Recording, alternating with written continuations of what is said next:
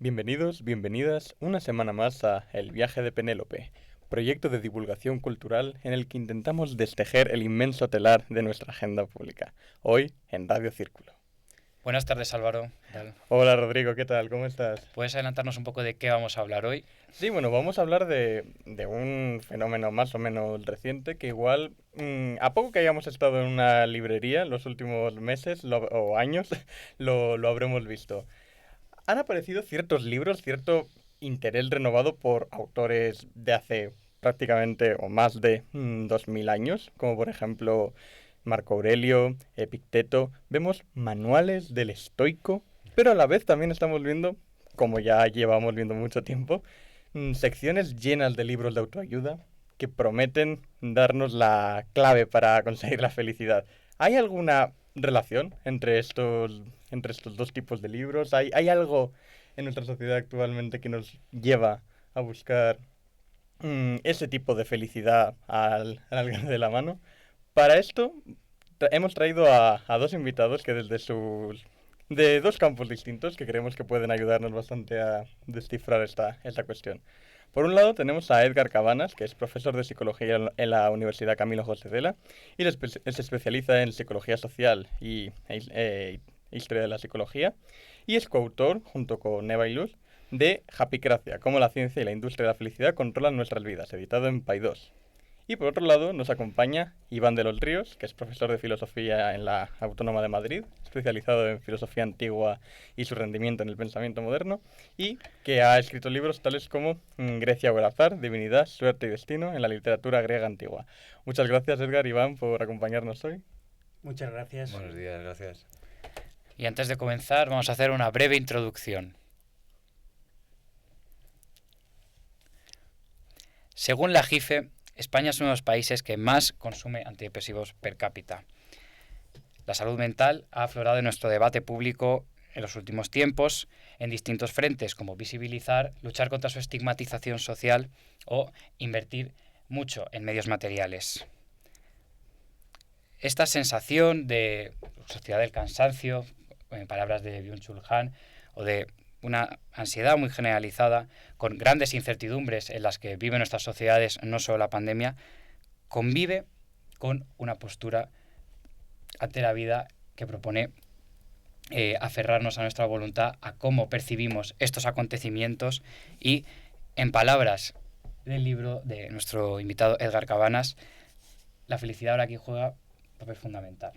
Cito: ahora se considera como un conjunto de estados psicológicos que pueden gestionarse mediante la voluntad, como el resultado de controlar nuestra fuerza interior y nuestro auténtico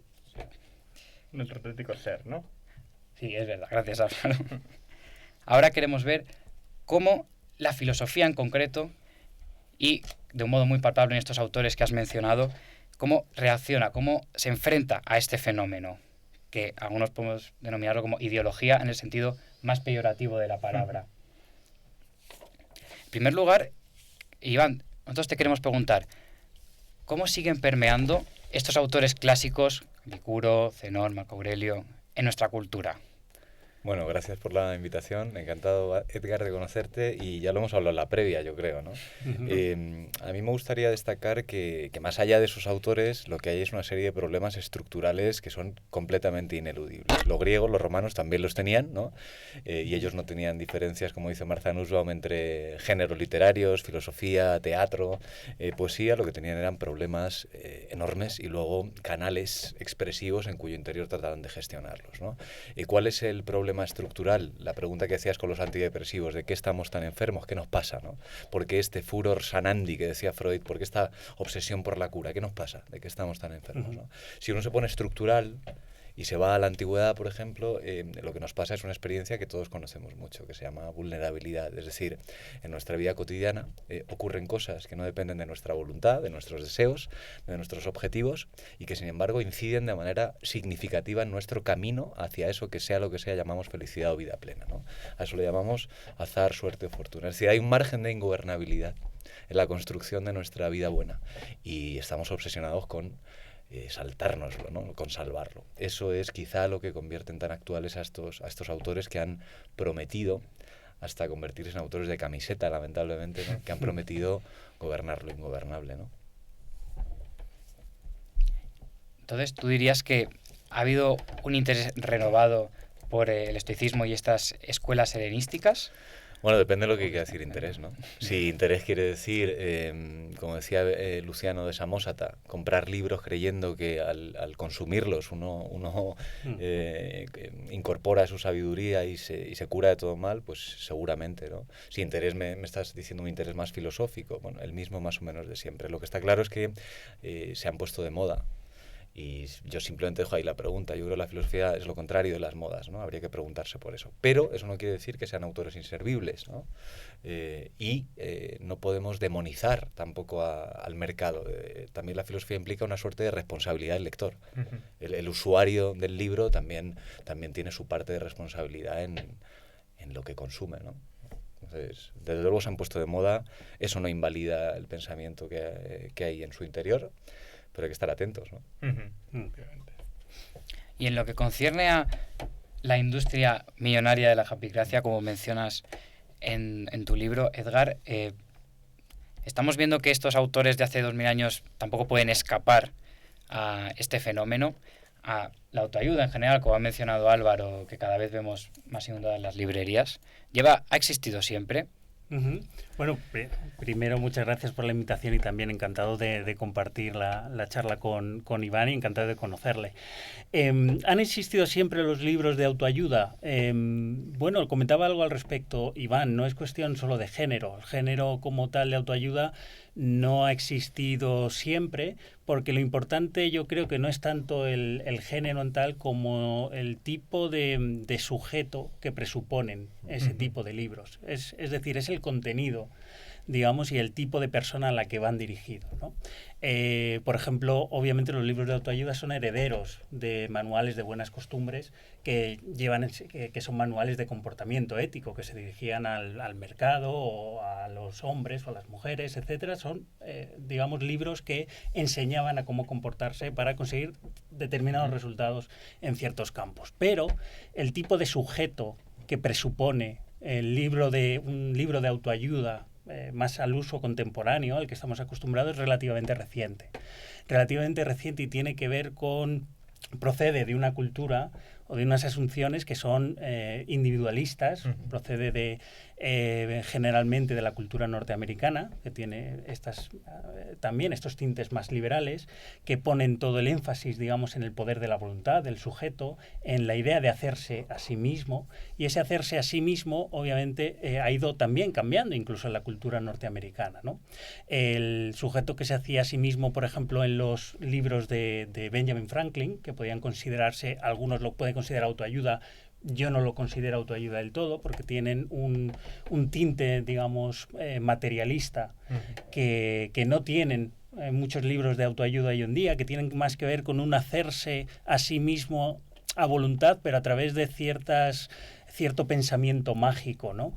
Hay cierto espiritualismo detrás de esos libros de autoayuda que, por ejemplo, autores utilitaristas o materialistas como Benjamin Franklin, de hecho, en su tiempo despreciaron enormemente, ¿no? Ese tipo de pensamiento. Entonces, lo que es importante es saber el tipo de sujeto que presupone ese propio manual de autoayuda y no solo el género, digamos, en este caso literario, editorial, para detectar de qué estamos hablando cuando hablamos de un libro de autoayuda. Entonces, esta idea de felicidad prometida por esos libros de autoayuda que nosotros también analizamos en el libro, vienen motivadas por un análisis sobre todo del sujeto que hay detrás, digamos, de esos libros de autoayuda, de esa idea de felicidad también, ¿no? ¿Y qué efectos crees que tiene esta noción del hombre hecho a sí mismo o de estar bajo control de todo, de intentar desanalizar la búsqueda de la felicidad desde un punto de vista solamente concerniente al individuo sobre estas personas que están buscando una respuesta? Es decir, puede tener ahí un efecto paradójico justamente. Bueno, es que la idea del hombre que se hace a sí mismo es paradójico desde el principio, desde el mismo comienzo, ¿no? De hecho, ya nos decía Piaget, ¿no? que la misma idea de tener una imagen del sí, una idea del yo, necesita de otro para realizarse, ¿no? Uno no puede darse cuenta de que es un sí mismo sin un otro que le ayude a verse, ¿no? Entonces ese egocentrismo necesita de otro, ¿no? Uno no puede salir, digamos, de ese egocentrismo sin un alter ego, ¿no? Una sociedad, etcétera. Luego también es paradójico en el sentido de este mismo mensaje en los libros de autoayuda, ¿no? Como si la persona se hace a sí misma, ¿para qué necesita un libro de instrucciones para hacerse, ¿no? Es decir, si las instrucciones me las estás dando, no me estoy haciendo yo a mí mismo, sino estoy siguiendo el modelo que me estás proponiendo de cómo hacerme, ¿no? Entonces, ¿en qué sentido me estoy haciendo a mí mismo? Si lo que estoy haciendo es seguir, de hecho, un patrón que es bastante genérico y general y que en principio se adapta a todo el mundo. Entonces esa supuesta autenticidad de la persona quedaría absolutamente anulada por la mera existencia de estos manuales de cómo hacerse, ¿no? Quiero decir, es paradójica en sentido, si se quiere, filosófico, y también tiene, obviamente, esconde, digamos, ciertos paradojas y problemas que podríamos discutir también a nivel moral, ¿no? En qué sentido, de hecho, lo que ocurre o lo que hacemos en nuestra vida depende únicamente de nosotros mismos. Eso quiere decir que todos los resultados que obtenemos en nuestra vida es fruto única y exclusivamente de nuestra propia decisión, nuestra propia voluntad, sin el papel de las circunstancias, del azar, todo eso. Entonces, bueno, pues propone un sujeto moral que también podríamos cuestionar o hablar de él. ¿Quieres añadir algo a esta noción del sujeto, Iván? Sí, la verdad es que sí. Sí, porque me gusta mucho lo que dice Edgar y además tiene muchísimo que ver con el uso y el abuso del pensamiento antiguo, ¿no? Hablaba Edgar del sujeto presupuesto, ¿no? Que a la vez es curioso y da un poco de miedo, como se supone el sujeto, se presupone, pero también se va diseñando, ¿no? Claro. Se va diseñando con esos objetos de consumo que van haciendo al sujeto cada vez más, digamos, convencido de su autoengaño, por así decir, ¿no? Y cuando Foucault hablaba de las relaciones entre sujeto y verdad, ¿no? Entonces es muy interesante lo que dice de la promesa de un recetario. Es decir, si hay un gran malentendido, si hay una gran tristeza de la recuperación del pensamiento antiguo en la contemporaneidad, es el olvido mayúsculo de que la filosofía antigua proponía un trabajo de vida. Pero como somos herederos, lo ha dicho él muy bien, de Kant, de Norteamérica, del helenismo, hemos creído que la felicidad tiene que ver con la satisfacción psicológica individual y no que es, como para Aristóteles, un ejercicio cotidiano a lo largo de una vida llena, y llena y entera, es decir, a lo largo de muchos años. Es decir, la felicidad es una suerte de disciplina cotidiana, de gestión de uno mismo, donde uno mismo no es, como decía Marx, un Robinson. Esos son Robinsonadas de los pensadores modernos. Es decir, cuando uno comienza a pensar en sí mismo, ¿desde dónde comienza a pensar, ¿no? Y luego, fijaos qué trágico en términos ético-políticos es creer, ¿no?, que uno solo depende de sí mismo, ¿no? Es decir, ¿en qué se parecen? ¿Por qué son tan famosos los estoicos? Lo hablábamos antes, porque somos hijos de una cosmovisión dentro de la cual la comunidad ha desaparecido. Platón y Aristóteles todavía ya se estaba derrumbando, pero eran hijos de la comunidad, es decir, de la ciudad-estado. Es decir, la prioridad ontológica está del lado de la polis. Y no hay felicidad sin polis. Cuando eso se hunde, el individuo se ve arrojado a un universo, bueno, pues todopoderoso que amenaza con destruirle. Y entonces comienza a diseñar estrategias de gestión de su radical vulnerabilidad. Y paradójicamente, pues somos animales muy narcisistas, ¿no? ¿Qué hacemos? Diseñar un espacio invulnerable que no esté al antojo de las circunstancias y de lo que no depende de mí mismo. ¿Y cómo llamamos a ese espacio? Ciudadela interior, conciencia, razón, voluntad, habéis dicho, capacidad para distinguir lo que depende de mí y lo que no. Así que la filosofía es un manual que te enseña a no apegarte a aquello que no depende de ti mismo y a convertirte en gobernador de ti, ¿no? Pero es que tú también eres eso que esclavizas, si es que hay algo que gobiernas, ¿no? Bueno. Sí. Bueno, perdona, Iván, para añadir, ¿no? Y no solo es, digamos, falaz y trágico, como decías, esa idea de que uno depende única y exclusivamente de sí mismo, ¿no? Sino que también es, como decía, desde el punto de vista moral, es desagradecido, ¿no? Es desagradecido y también tiene que ver con... es contradictorio un poco con el propio discurso de la felicidad desde ciertas posturas de estos manuales de autoayuda, de la psicología, donde se dice ahora que la gratitud, esa gratitud es un componente esencial para la felicidad, ¿no? Y sin embargo, qué desagradecido en realidad es pensar ese tipo de mensajes que se supone que son los que te llevan a la felicidad, cosa que está un poco en continuo choque y en contradicción, ¿no? Y es cosa que no se reflexiona desde esos discursos tampoco, ¿no? Es una persona que se supone, como siempre lo fue este gran hombre de éxito norteamericano, es alguien que no le debe nada a nadie. Exactamente. ¿No? Ese no le debo nada Sí, a mi herencia. Obviamente, no le debo nada a la sociedad. La sociedad siempre nunca es algo que me ha permitido hacer, sino algo de lo que me he tenido que desembarazar para poder hacer yo lo que quería hacer, ¿no? Siempre es algo que ejerce influencia de forma negativa. Eso. Nunca es algo a lo que le debas nada, ¿no? Entonces, ese modelo de no deber nada a nadie no solo es falaz, no solo es desagradecido también, sino que, bueno, tiene un componente obviamente político, ideológico, claramente marcado, ¿no? Es ese sujeto, no diría tanto liberal en sentido clásico, pero sí más neoliberal, más contemporáneo, más moderno, mucho más marcado que incluso, ¿no? Que en sus referentes quizá más pasados, pero también recientes, como pudieran ser Benjamin Franklin o Samuel Smiles, ¿no? Que bueno lo que dice Edgar, porque claro, al final fijaos, ¿no? Todo lo que se pierde con esta modalidad de interpretación de qué es un individuo, qué es lo social, qué es la felicidad o qué es lo que no depende de mí mismo, ¿no? La idea está en que para salvarse de lo que no depende de mí mismo tengo que negar al otro completamente, negar al mundo, negar al otro, y sobre todo estoy tomando la decisión de que eso que llamamos felicidad o plenitud tiene que ver con el absoluto ensimismamiento, ¿no? Sí. Es decir, con la autorreferencialidad, con la no servidumbre. La pregunta de Platón, ¿cuál era? Bueno, señores, la pregunta que nos ha traído hasta aquí, y hasta aquí es, como digo siempre, la Atenas del siglo V a.C. o la radio del círculo, ¿no? Es la de siempre. ¿Cómo tenemos que vivir y por qué, ¿no? Y que una vida humana no merece la pena ser vivida sin examen, ¿no? Pero sobre todo la pregunta era, ¿qué significa ser un esclavo? En sede democrática, por ejemplo, ¿no? Entonces esa obsesión por no servir nos lleva a encerrarnos en un castillo donde, fijaos, ¿no? Lo humano en sentido estricto nada tiene que ver con la amistad, con el amor, con el apoyo, con la gratitud. Es decir, hay que negar aquello que quizás nos podría convertir de manera intensa en seres humanos. Insisto, la amistad, el amor, la ayuda al prójimo, ¿no? Pero eso son, para un estoico recalcitrante, formas de servidumbre. Con lo cual hay que liberarse de ellas, porque evidentemente uno depende de aquel a quien ama.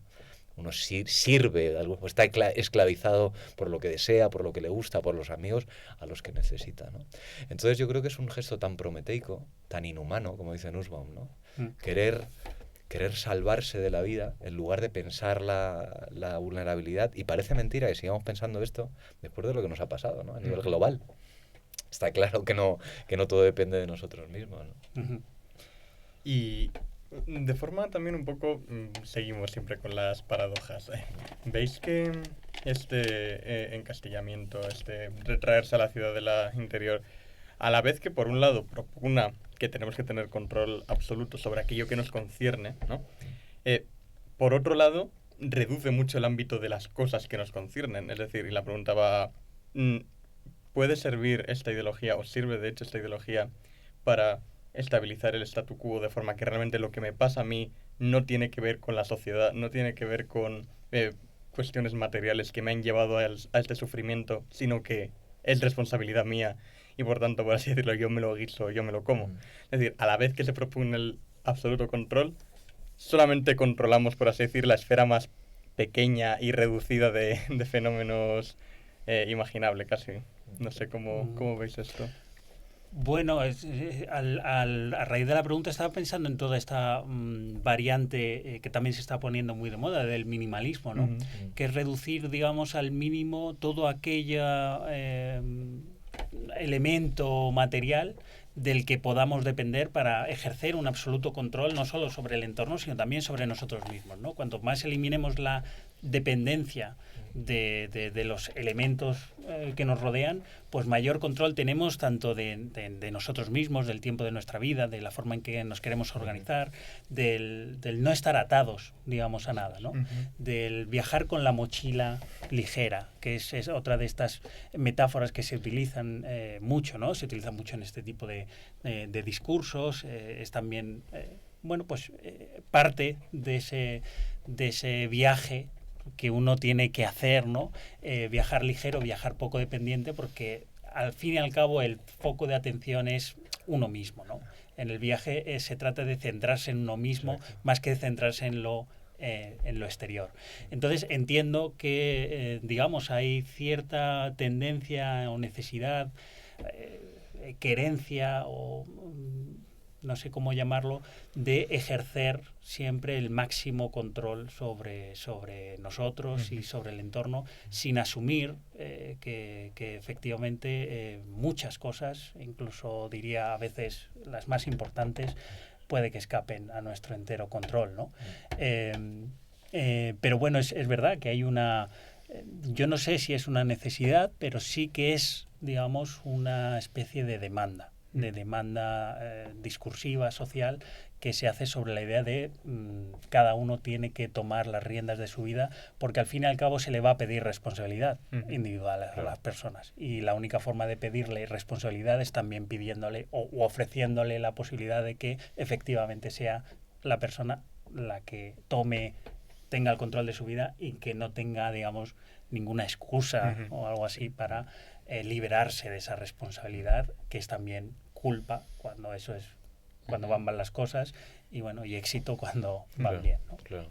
Me estaba acordando de una frase latina que les atribuían a los cínicos, por ejemplo, ¿no? Que es exactamente lo que está diciendo Edgar, ¿no? Que tiene algo de Ronin japonés, ¿no? Omnia mea me comporto, todo lo que me pertenece lo llevo conmigo, ¿no? Puedo salir corriendo en cualquier momento, no dependo de nada. Pero fijaos que lo trágico no solo es que pensemos, que estemos convencidos como algo natural. Habría que hablar de la naturalización de una cierta imagen de qué significa ser un individuo, ¿no? Y qué significa el mundo, que es esta neoliberal de la que tú hablabas, ¿no? Todo lo que me pertenece o me concierne lo llevo conmigo. No solo no somos dueños del punto de partida, ¿no? Desde el que comenzamos a pensar, tampoco somos dueños de los efectos de nuestras acciones. ¿Me entiendes? Que también repercuten un poco, afectan a un horizonte común. Entonces, lo que se está olvidando aquí, y se ha naturalizado en la fuerza ficticia de cierto capitalismo, es que lo primario es la correlación. Y eso se nos ha olvidado. Es decir, acordaos que lo hemos hablado 1000 veces, ¿no? No se puede gobernar a los seres humanos, dice Paul Valéry, solo con fuerzas físicas, violentas y coercitivas. Hay que usar fuerzas ficticias. ¿Cuál es la nuestra? Bueno, esa idea de que lo primario es lo individual, ¿no? Es decir, de que el punto de partida es el individuo. Entonces, la filosofía, por ejemplo, antigua, todavía puede ayudarnos a cuestionar e interrogar si esas naturalizadas ideas que tenemos acerca de qué significa uno y otro son ajustadas, porque quizá lo primario es la correlación. Y si lo primario es la correlación en todos los sentidos, entonces lo que hay que empezar es a pensar, a introducir en el concepto de felicidad, de bienestar, de individuo, de estado, esa exposición constante a lo que no depende de nosotros mismos. Como una forma de vulnerabilidad que no implica pobreza, ¿no? Sino quizá que es la condición de posibilidad del humano en sentido estricto, insisto, ¿no? El lazo, que es una forma de dependencia, sin duda, pero quizá en la dependencia reside también la fuerza, ¿no? Entonces ahí, lo hablábamos Edgar y yo antes, ahí el grande es Aristóteles, el más listo de la clase es Aristóteles, ¿no? Es decir, porque hay que divinizarse, dice, en la medida de lo posible. ¿Y qué medida es esa? El cuerpo, el tiempo, la finitud, la muerte, ¿no? Pues al hilo de esto que comentas, Iván, y bueno, recogiendo un poco estos conceptos centrales que hemos tratado, ¿no? De esa fuerza divina interior, esta voluntad, y esto que decía Álvaro de cómo atribuimos la responsabilidad de esto que nos acontece. Yo quiero preguntaros ahora por estos conceptos como la adversidad, el azar, en el que tú te doctoraste, Iván. Mira, otra paradoja. Y en el sufrimiento, porque vuelvo a recurrir a citar un fragmento de tu libro, Edgar. Ahí sostenéis que la ciencia de la felicidad nos coloca en una encrucijada y nos obliga a elegir entre sufrir y estar bien, y que no solo estamos obligados a ser felices, sino a sentirnos culpables por no ser capaces de superar el sufrimiento y sobreponernos a las dificultades. Ujú. ¿Cómo afecta esto?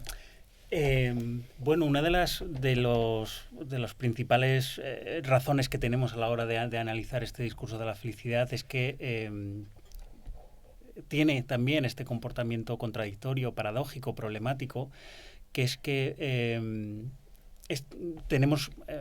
sostenemos que este imperativo de la felicidad no nos está ahorrando sufrimiento, sino que está provocando sufrimiento, está produciendo nuevas formas de sufrir, ¿no? Y son esas formas nuevas de sufrir también ligadas a estos discursos lo que nos preocupa.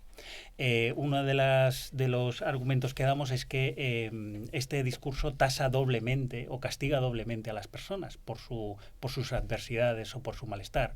Primero porque, las personas sufren por la propia situación adversa que están atravesando y también sufren por el sentido de culpabilidad asociado a no saber sobreponerse a esas circunstancias, pues se supone que es responsabilidad propia, ¿no? Y supone ese doble castigo es una forma nueva, digamos, de vincular un discurso que en principio es liberador y en principio es un discurso que va asociado a prevenir todo ese sufrimiento, sin embargo lo está creando, ¿no? No está ayudando, de hecho, a cumplir el objetivo para el que se supone que promete.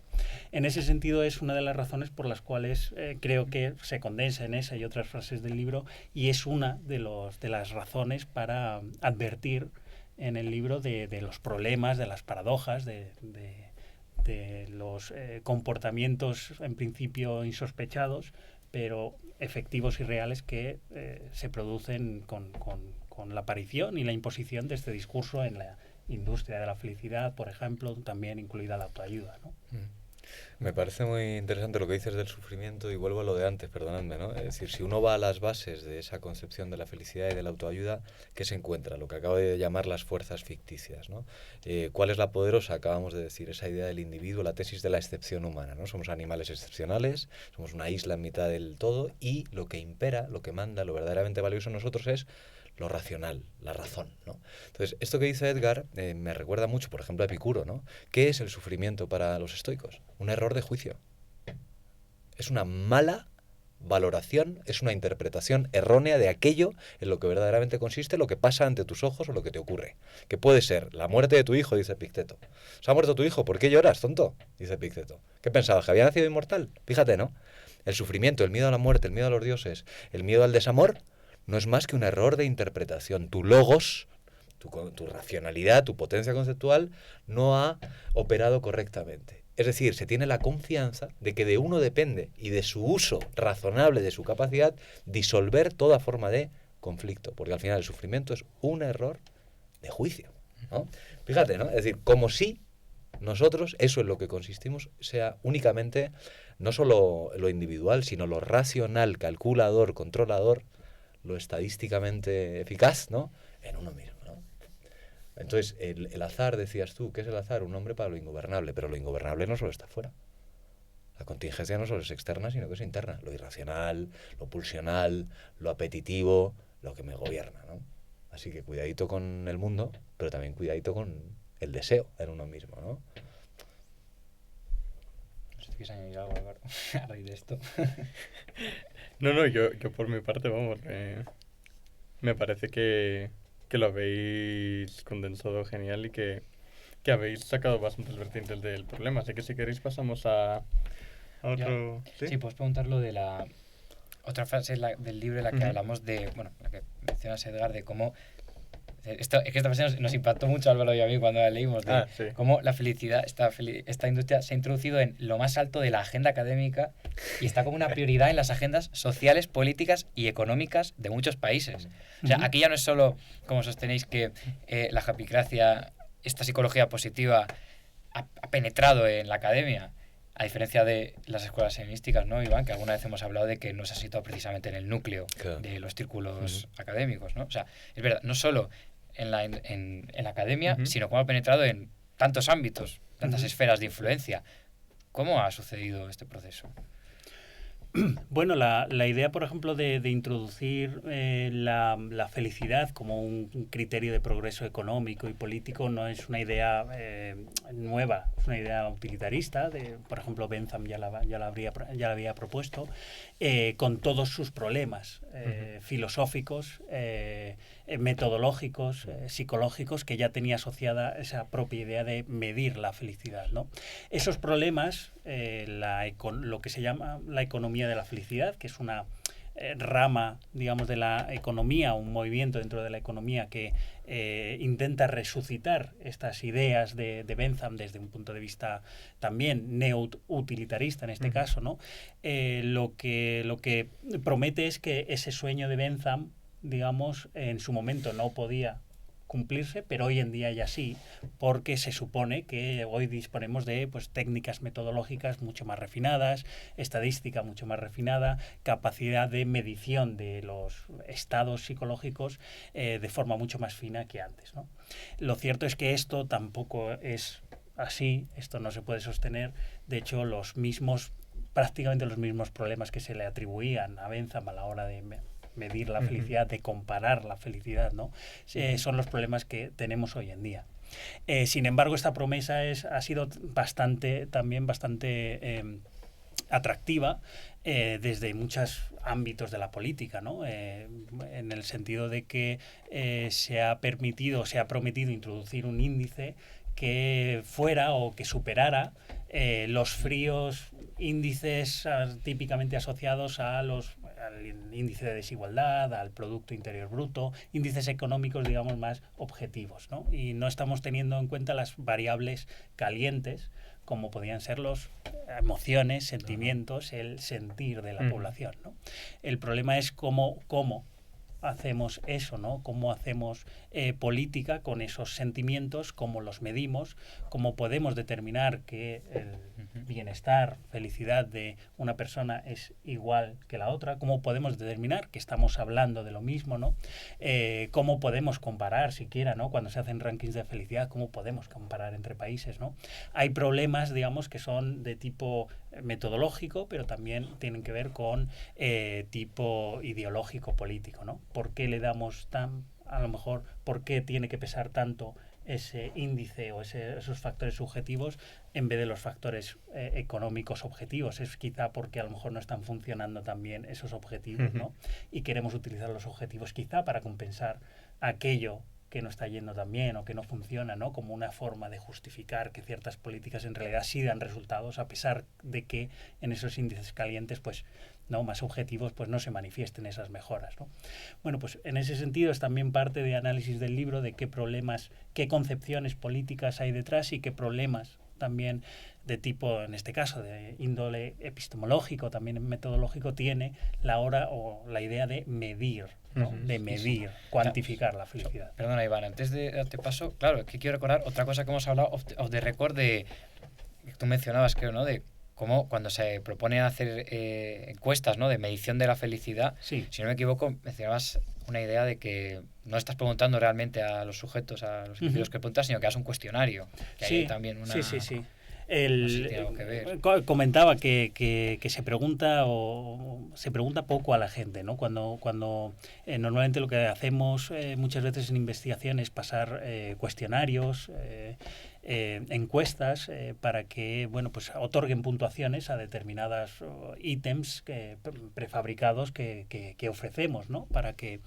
ellos mismos se sitúen respecto a lo que piensan de cada uno de ellos. Pero se pregunta poco qué quiere decir, por ejemplo, la felicidad para esas personas. Y lo que nos damos cuenta es que cuando preguntamos existe una variabilidad bastante amplia y una inconmensurabilidad, digamos, entre muchas de las posiciones que defienden unas personas y otras. De tal manera que eso no sale cuando le preguntamos cómo de feliz eres y uno nos dice un 6 y uno nos dice un 7. Bueno, pues nos pueden decir un 6 y un 7, pero ¿cómo los comparamos si una persona está hablando de una cosa completamente distinta de otra, ¿no? Es como lo de comparar peras con manzanas. Pues en este caso se está haciendo de facto, ¿no? Cuando básicamente se compara un 6 y un 6 en una escala de felicidad y hablamos de diferencias intraculturales. Imaginaos cuando pasamos a diferencias interculturales, por ejemplo, ya se nos hace mucho más difícil, ¿no? Que es quizá lo que puede hacer un ranking, ¿no? Que es comparar culturas entre sí de forma además masiva. Entonces yo creo que muchos estudios interesantes en este aspecto se hacen, digamos, preguntando a la gente y viendo la complejidad que hay detrás de esos conceptos de felicidad o de la buena vida que tiene la gente, y algunos, hablamos con Iván, que en los que, aunque en el discurso oficial esta idea de la fortuna, sí, ¿no?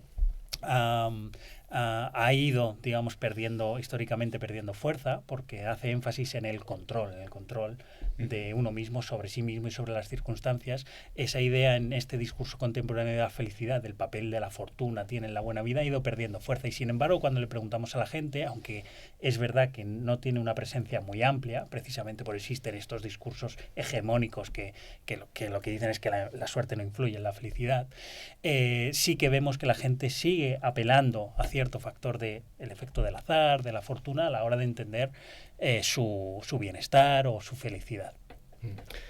Yo me voy a poner un poco filosófico, que para eso valemos, ¿no? Claro, el problema que hay aquí de fondo es enorme. Yo creo que teníais que darnos otros 40 minutos para seguir hablando de él, porque me parece no pasa fascinante. Nada, hacemos parte 2, pero aunque sea, danos unas píldoras. Tiene razón Edgar, y esto hay que pensarlo. Es un problema de método. O sea, mi pregunta es, si nos ponemos serio filosóficamente hablando, lo que hay que cuestionar es lo que no se cuestiona. ¿Y qué no estamos cuestionando en este debate? No nosotros cuatro aquí, sino en este debate sobre el sufrimiento, el dolor. No estamos cuestionando cuál es el modelo de acceso óptimo para acceder a un horizonte de problemas como por ejemplo, el del malestar de un individuo o de un grupo de individuos, ¿no? Estamos dando por supuesto que un modelo epistemológico, explicativo, de corte cuantificativo, es absolutamente innegociable. Y mi pregunta es si la naturaleza de los objetos a investigar no debe ser tenida en cuenta cuando se aplican los modelos de acceso a los mismos. Es decir, no es lo mismo estudiar, como decía el viejo Aristóteles, geometría, que estudiar retórica. No es lo mismo convencer a un auditorio que demostrar un teorema, ¿no? Entonces, la naturaleza del objeto tiene que influir en el modo en que nos aproximamos a él. ¿Quién tiene que tener la última palabra en el problema, por ejemplo, de la felicidad y el dolor? La estadística, la cuantificación. Ese es el único modo de acceder no solo al control del dolor, sino a la inteligibilidad del dolor por parte de las masas, ¿no? ¿Cuáles son los instrumentos educativos, ¿no?, que deberían ser utilizados para hablar de estos asuntos? ¿Siguen siendo los datos? ¿Por qué no leer las tragedias griegas? Lo hablábamos antes. ¿Por qué no leer las ficciones desnudas? Dice Bernard Williams, las star fictions, ¿no? Es decir, es aquellas que recuerdan a sus consumidores que la vulnerabilidad no es un efecto colateral, sino un rasgo estructural de la condición humana, por ejemplo, ¿no? Entonces, también hay que hacer una pregunta al método. Hay que preguntar si estos problemas pueden ser abordados desde otras perspectivas, ¿no? ¿Y cuáles serían esas perspectivas? ¿Aquellas que se puede pensar el dolor sin cuantificarlo? Claro, sí, claro que sí, hablábamos con Edgar antes también, pero se exige un poco más de tiempo. Es como ver un programa en la tele que te dejan pensar, no es demasiado largo, hay que meter un anuncio. Es que ese es el asunto. Es decir, vayamos también a la base del problema, como decía Edgar, es la metodología. Es decir, la metodología no es sagrada. ¿De dónde ha caído la metodología de la cuantificación? ¿Cuál es el problema de la modernidad? El empleo unilateral de una idea de la razón que tiene que ver con la cuantificación. ¿Y qué sucede con las historias del mundo de la vida? ¿Cómo se piensa? ¿Dónde está aquello que se deja fuera del laboratorio? ¿Y qué es lo que me pasa a mí, lo que te pasa a ti? ¿No? ¿Me entiendes? Entonces, ¿qué tipo de herramientas nos pueden ayudar? Nussbaum, por ejemplo, va por ahí, ¿no? La educación desde las humanidades, desde la literatura. Cuidado, no para demonizar las ciencias, sino para aceptar que hay problemas de la ciencia que no se pueden resolver en sede científica, ¿no? Y yo creo que el del dolor, el sufrimiento, la felicidad debería ser uno de ellos, ¿no? Sí, no decía, no se puede cuantificar la retórica, ¿no?, en este caso, pero sí se puede usar retóricamente todo ese discurso de toda la cuantificación, ¿no? Porque uno de las cuestiones que que sí que ha tenido mucho peso para imponer ciertos discursos de la felicidad es defenderlos como científicos. Claro. Y ahí la cuantificación ha jugado un papel fundamental, porque de otra forma lo que la única forma en la que se habría podido expandir este discurso es justificando que se asocia, de hecho, como se hace, a un modelo de vida, es decir, que viene de una cultura determinada, que parte de una concepción del sujeto determinada, que tiene una historia determinada. ¿Qué pasa cuando eso lo pasas por el filtro, digamos, de la ciencia dura de la cuantificación, aunque no bien hecho, como estamos diciendo? Sin embargo, funciona retóricamente porque lo puedes desprender de sus orígenes y convertirlo en algo, digamos, objetivo, universalmente aplicable a todo el mundo. Y eso no es solo bueno, digamos, de cara a la legitimidad del discurso, ya que se expanda y se universalice, sino es bueno también, como defendemos en el libro, para venderlo. Porque no es lo mismo vender un producto que te promete digamos, que está basado en pruebas, digamos, científicas, que venderte un producto que no lo está, ¿no? No es lo mismo venderte un producto que se supone que viene de ciertos pensamientos o de ciertas formas de vida, decirte esto está, digamos, científicamente demostrado, y digamos, el resultado prometido también tiene la garantía detrás de la objetividad, de la cuantificación, etcétera, ¿no? De hecho, muchos productos que se asocian a la industria de la felicidad viene cuantificado toda la efectividad del beneficio que uno puede sacar usando ese producto concreto, ¿no? Está testeado, está comprobado. Entonces, retóricamente es enormemente eficaz y por eso muchas veces se utiliza, pero cuando eso, hablando, digamos, del apartado más de uso más popular, pero cuando lo analizamos desde el punto de vista de la ciencia, nos interesamos también por el problema del método, ¿no? Y es decir, ¿qué estamos haciendo? ¿Qué estamos perdiendo cuando cuantificamos? Que, bueno, hay metodólogos que te dirán es un coste que podemos asumir. Bueno, lo debemos discutir, tampoco podemos darlo por hecho, ¿no? Que eso que perdemos podamos asumirlo si queremos estar hablando de lo mismo, ¿no? Y hasta qué punto podemos hacer esas comparaciones, qué perdemos cuando hacemos esas comparaciones y por qué aproximarnos de esa manera nos está a lo mejor impidiendo aproximarnos metodológicamente de otras maneras que quizás serían mucho más ricas y serían mucho más explicativas y serían más, obviamente, más complejas y difíciles de analizar, pero seguramente mucho más ricas y complejas en términos explicativos y científicos. Claro, pero ¿me vas a interrumpir o puedo...? El problema es que nos estamos quedando sin tiempo. O sea, se va a quedar la gente con las ganas de que te... No, pero por favor, Iván, dale. No, por favor. Vosotros mandáis, ¿no? Pero es que me parece muy interesante lo que ha dicho porque, claro, ¿por qué es tan eficaz retóricamente? Porque fijaos que otra vez hemos vuelto a dar por sentado que ciencia significa ciencia demostrativa, ciencia cuantificativa. Es decir, que la auténtica ciencia son las ciencias matemáticas de la naturaleza del modelo cartesiano. ¿Y qué pasa con la ciencia del espíritu? Que son blandas. Que son calientes, como has dicho, me ha encantado, ¿no? Con esos factores calientes, ¿no? Oiga, ¿y si de lo que se trata es de ampliar el concepto de ciencia?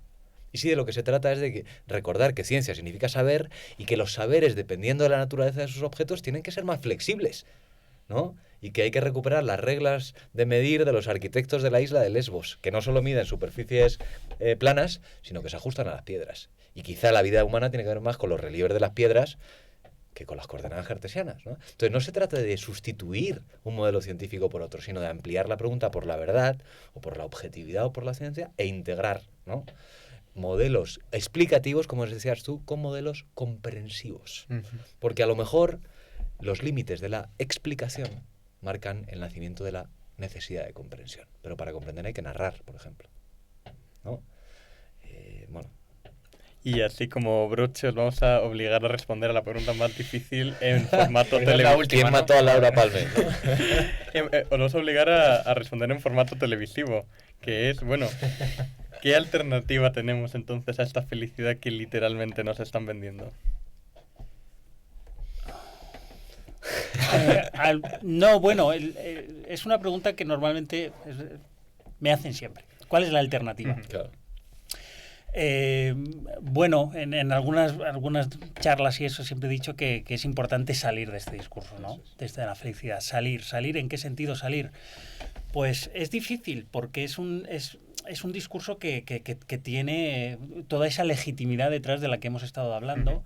Es un discurso que está por todos los lados. Es un discurso que llega y que se infiltra, digamos, en todos los ámbitos de la vida cotidiana. Está en la política, pero está en la educación, está en el deporte, está en la economía, está en la psicología, en todos los sitios. Es difícil, ¿no? Entonces, ¿qué alternativa hay? Pues para la alternativa, si es que necesitamos alternativa a la felicidad y no necesitamos a lo mejor dejar simplemente de buscarla o de hablar de felicidad como si fuese lo único importante o el valor más importante al que debemos aspirar como sociedad o como individuos, que esto también lo podríamos discutir, pero en caso de que fuera importante mantenerlo, que es también legítimo para aquellos que lo defienden, lo que tenemos que saber son los problemas que existen con determinados discursos hegemónicos para por lo menos enfrentarlos y darles respuestas, digamos, desde esa postura más crítica, que es otro de los objetivos que tiene el libro, ¿no? Adoptar una postura crítica respecto a un discurso que en principio no deberíamos dar por sentado y no debería, que se está haciendo muy familiar y deberíamos ser capaces de reflexionar sobre por qué se hace tan familiar, ¿no? Sí, yo estoy totalmente de acuerdo. Volvemos a lo mismo. Esa pregunta que nos habéis hecho es una trampa, ¿no? Porque ¿cuál es la alternativa? Entonces ya nos estáis imponiendo un modelo de acceso al problema que yo estoy de acuerdo con eso. Salir, dice Edgar, al menos revisar, quizá, ¿por qué no? Desmantelar, esa sería una tarea muy filosófica, ¿no? Es decir, hacer comprender con claridad que eso que hemos tomado por una manera natural de entender las cosas también tiene una construcción histórica, ¿no? Y una construcción ideológica, ¿no? O si queréis cambiar la pregunta. En lugar de preguntar, claro, quiero decir, culpa de Sócrates, pobrecito mío, pero en lugar de preguntar cómo vivir, que es una pregunta que parece sugerir, aunque no es cierto, una receta, ¿no? Así, ¿no? Cambiarla por esta. Se puede vivir de otra manera, se puede pensar de otra manera, se puede acceder al problema X de otra manera, ¿no? Y si sí, ¿cómo, no? ¿Cómo hacerlo? Es decir, volver a construir, eso requiere mucho esfuerzo, claro. Pero estoy de acuerdo con Edgar, olvidarse un poco del imperativo de la felicidad como objetivo, ¿no? Pues con estas grandes formulaciones que nos deja nuestro querido Iván, concluimos el programa de hoy. Muchas gracias por habernos acompañado. Muchas gracias a ti también, Edgar. Gracias a nuestro querido técnico Pablo Mateos, a los mandos, y a toda nuestra audiencia por seguirnos semanalmente. Nos vemos el próximo lunes en una nueva entrega de Este Viaje.